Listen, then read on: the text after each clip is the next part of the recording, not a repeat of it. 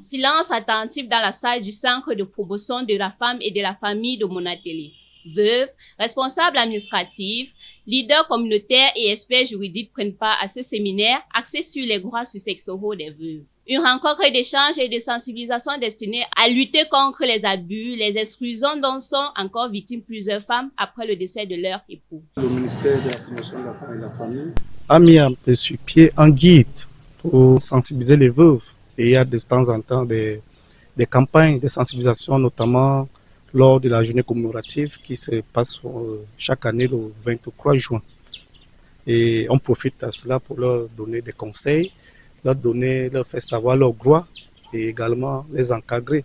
Parce que c'est une couche vulnérable, donc c'est l'une des cibles du MINPROF. On leur demande de respecter les droits des veuves et ceux qui sont violentés, de dénoncer. Nous avons des structures d'accueil, nous avons des structures comme les délégations départementales, les centres de promotion qui ont été mis sur pied pour cette écoute-là. Qu'elles viennent vers nous, ceux qui ne peuvent pas au niveau de la famille se faire entendre. Qu'elles viennent vers nous, on va les accompagner, leur donner leur orientation et qu'enfin, qu'elles puissent être au courant de leurs droits. Et les femmes, lorsque vous allez en mariage, il faut savoir, il y a le respect, il y a même le dialogue avec le mari, parce que parfois il y a des incompréhensions qui font en sorte que lorsque vous suivez des problèmes qui se passent, c'est parce qu'à la base, le couple ne s'assoit pas pour dialoguer et essayer d'échanger pour ce qui est du bien de la famille. Donc, le dialogue, c'est une arme très efficace et également que la femme aussi, parfois, elles sont elles-mêmes aussi à l'origine parfois de ce qui peut leur arriver. Nous n'avons pas épilogué tous les sous-thèmes que nous avons préparés. Le reste viendra pour les prochains ateliers. Il n'y a pas de fin en âge pour apprendre.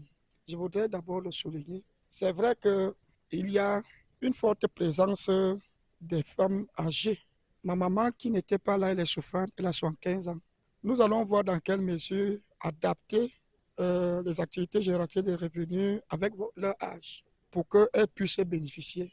Et je dévoile aussi dans les prochains jours, parce que j'avais pensé à ce volet, comment faire pour que la tranche d'âge qui est majoritaire soit intégrée dans les activités génératrices de revenus. Au cours des différents panels, les intervenants ont mis en lumière des dispositions juridiques encadrant les successions au Cameroun. Parmi eux, Maître Jean-Guy Zogo. Ce n'est pas très évident pour la veuve lorsqu'elle se retrouve dans une situation où elle est peut-être en âge avancé et elle ne peut plus, par exemple, subvenir à ses besoins à travers une formation pour l'auto-emploi.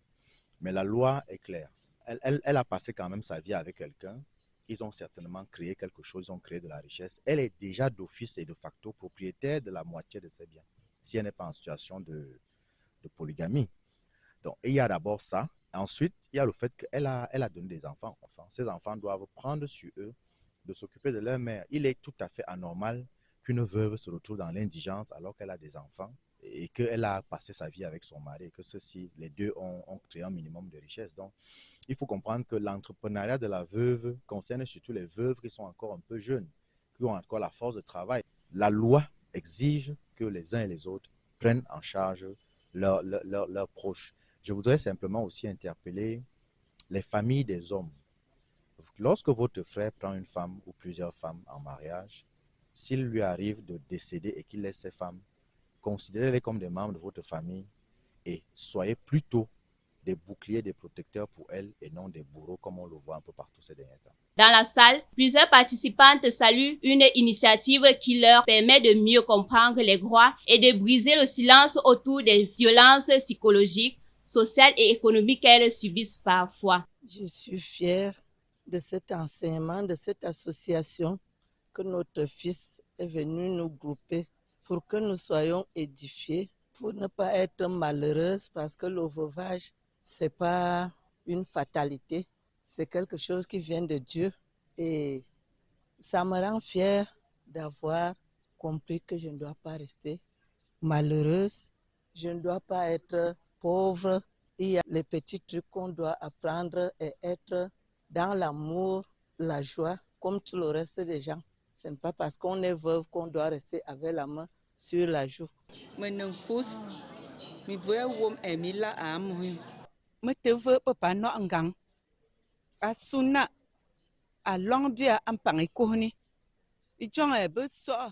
Je suis veuve, ça fait 13 ans aujourd'hui. Je dis merci à Monsieur Noir pour nous avoir invités dans cette bonne association. Quand nous venions, nous ne savions pas de quoi il était question. C'était pour une formation, raison pour laquelle je lui dis une fois de plus merci. Parce que cette formation que j'ai reçue ce jour, je la prendrai aussi à mes enfants selon ce que Maître Zogo nous a enseigné. Comme veuve, je sais maintenant comment m'y prendre face à mes problèmes. Ainsi donc, nous avons décidé de nous réunir chez Madame Nga pour prendre plus de décisions. Nous irons aussi avec cet enseignement édifier nos sœurs et filles du village.